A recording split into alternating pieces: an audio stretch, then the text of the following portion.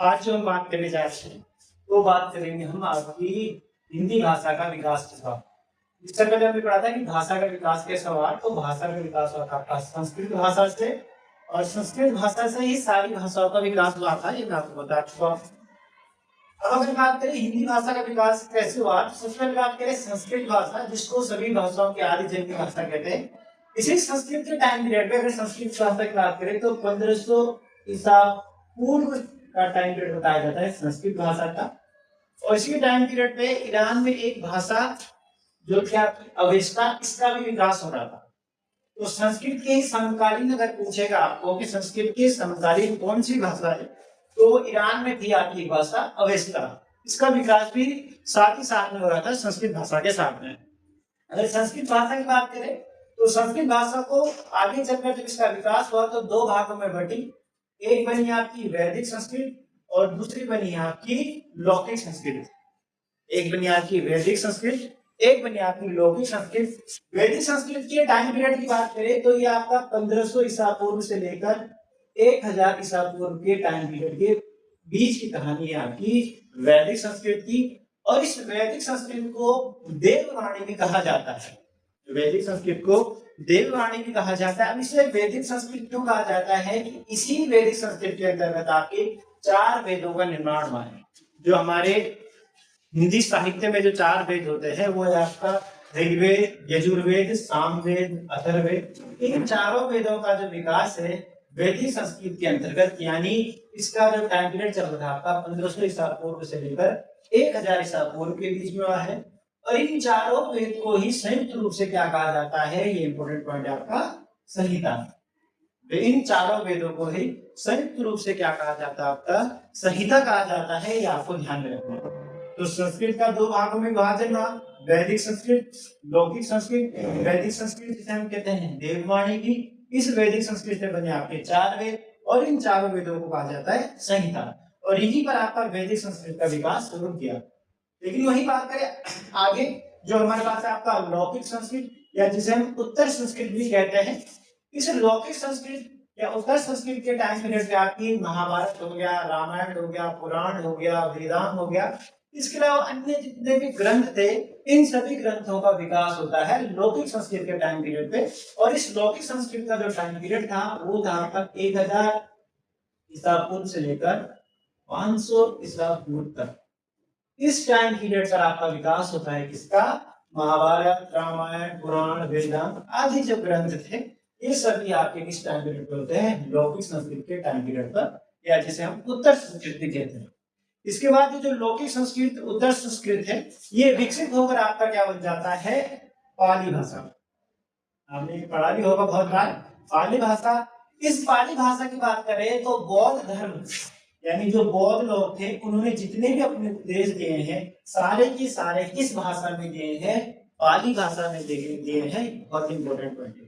यानी बौद्ध धर्म में जितने भी उन्होंने अपने उपदेश दिए थे, जितने भी उन्होंने अपनी बातें कही थी, सारी किस भाषा में कहा है, पाली भाषा में कहा है। और इस पाली भाषा को ही प्रथम देशजन्य भाषा कहते हैं। प्रथम देशजन्य भाषा का मतलब होता है कि यहाँ की जो आम जनता थी, यानी जो मिडिल क्लास लोग थे, वो इस भाषा को समझ पाते थे। इससे ऊपर की जो भाषा थी संस्कृत भाषा, इस संस्कृत भाषा को वही लोग समझ पाते थे जो पढ़े लिखे लोग थे, जिन्हें ग्रंथ पढ़ना था।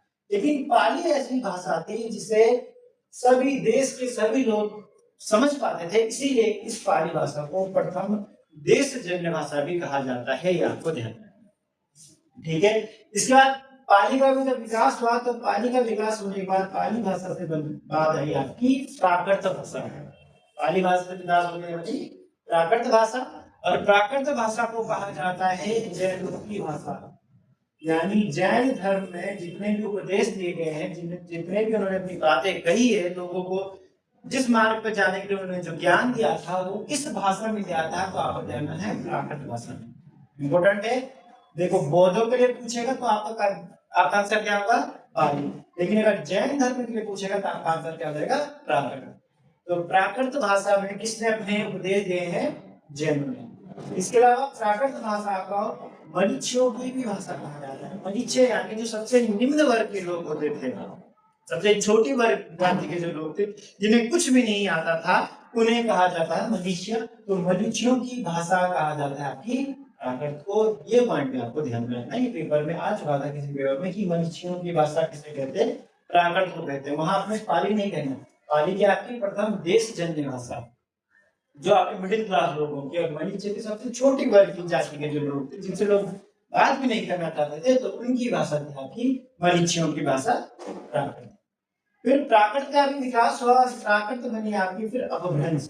बहुत इंपॉर्टेंट है ये अपभ्रंश। ये अपभ्रंश बहुत बार क्वेश्चन पेपर में आ चुका है। अपभ्रंश भाषा को बिगड़ी भाषा या भ्रष्ट भाषा भी कहते हैं। ध्यान रखना, अपभ्रंश को बिगड़ी भाषा या भ्रष्ट भाषा भी कहते हैं। और इसमें सबसे इंपॉर्टेंट पॉइंट ये, हिंदी भाषा का विकास किससे हुआ है, तो आपका आंसर हो जाएगा अपभ्रंश।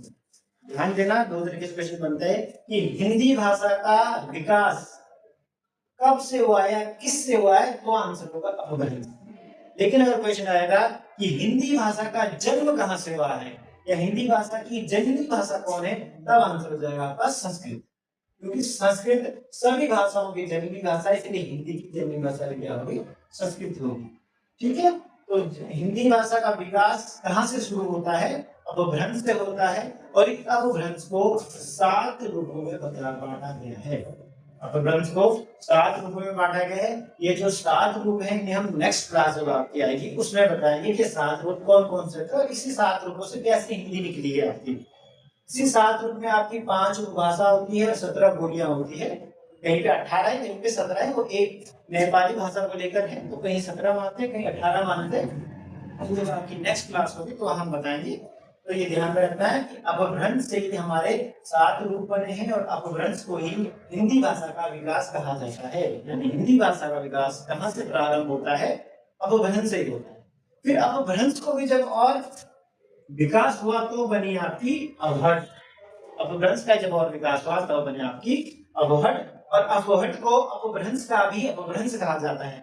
यानी बिगड़ी भाषा से भी बिगड़ी भाषा कराएगा तो आपका अपभ्रंश हो जाएगा। यानी अपभ्रंश को भी जब और अपभ्रंश किया गया तब बनी आपकी अवहट। और अवहट के बाद बनी आपकी हिंदी। अवहट का जब और आपकी विकास हुआ तो बनी आपकी हिंदी। बात समझ में आई? तो मैंने क्या कहा आपको कि सबसे पहले भाषा बनी। भाषा में हमारे पास जो सभी भाषाओं की जिनकी भाषा थी वही संस्कृत। संस्कृत जिसको आर्यजन्य भाषा कहा जाता है। इस संस्कृत को हमने 2 भागों में बांटा, वैदिक संस्कृत, लौकिक संस्कृत। वैदिक संस्कृत में बने आपके 4 वेद जिन्हें संयुक्त रूप से कहा गया संहिता। वहीं लौकिक संस्कृत जब विकास हुई तो बनी आपकी पाली, जिसे बौद्धों की भाषा और प्रथम देश जना भाषा कहते हैं। पाली के बाद विकास हुआ आपका प्राकृत का। प्राकृत जिसे हम जैनों की भाषा और मनुष्यों की भाषा कहते हैं। जब प्राकृत का विकास हुआ अपभ्रंश में, जिसे हम बिगड़ी भाषा या भ्रष्ट भाषा कहते हैं, या फिर हम कह सकते हैं हिंदी भाषा का विकास कहां से हुआ है, तो भी आपका आंसर होगा अपभ्रंश। इसका अपभ्रंश की बात करें तो अपभ्रंश के 7 रूप हुए हैं।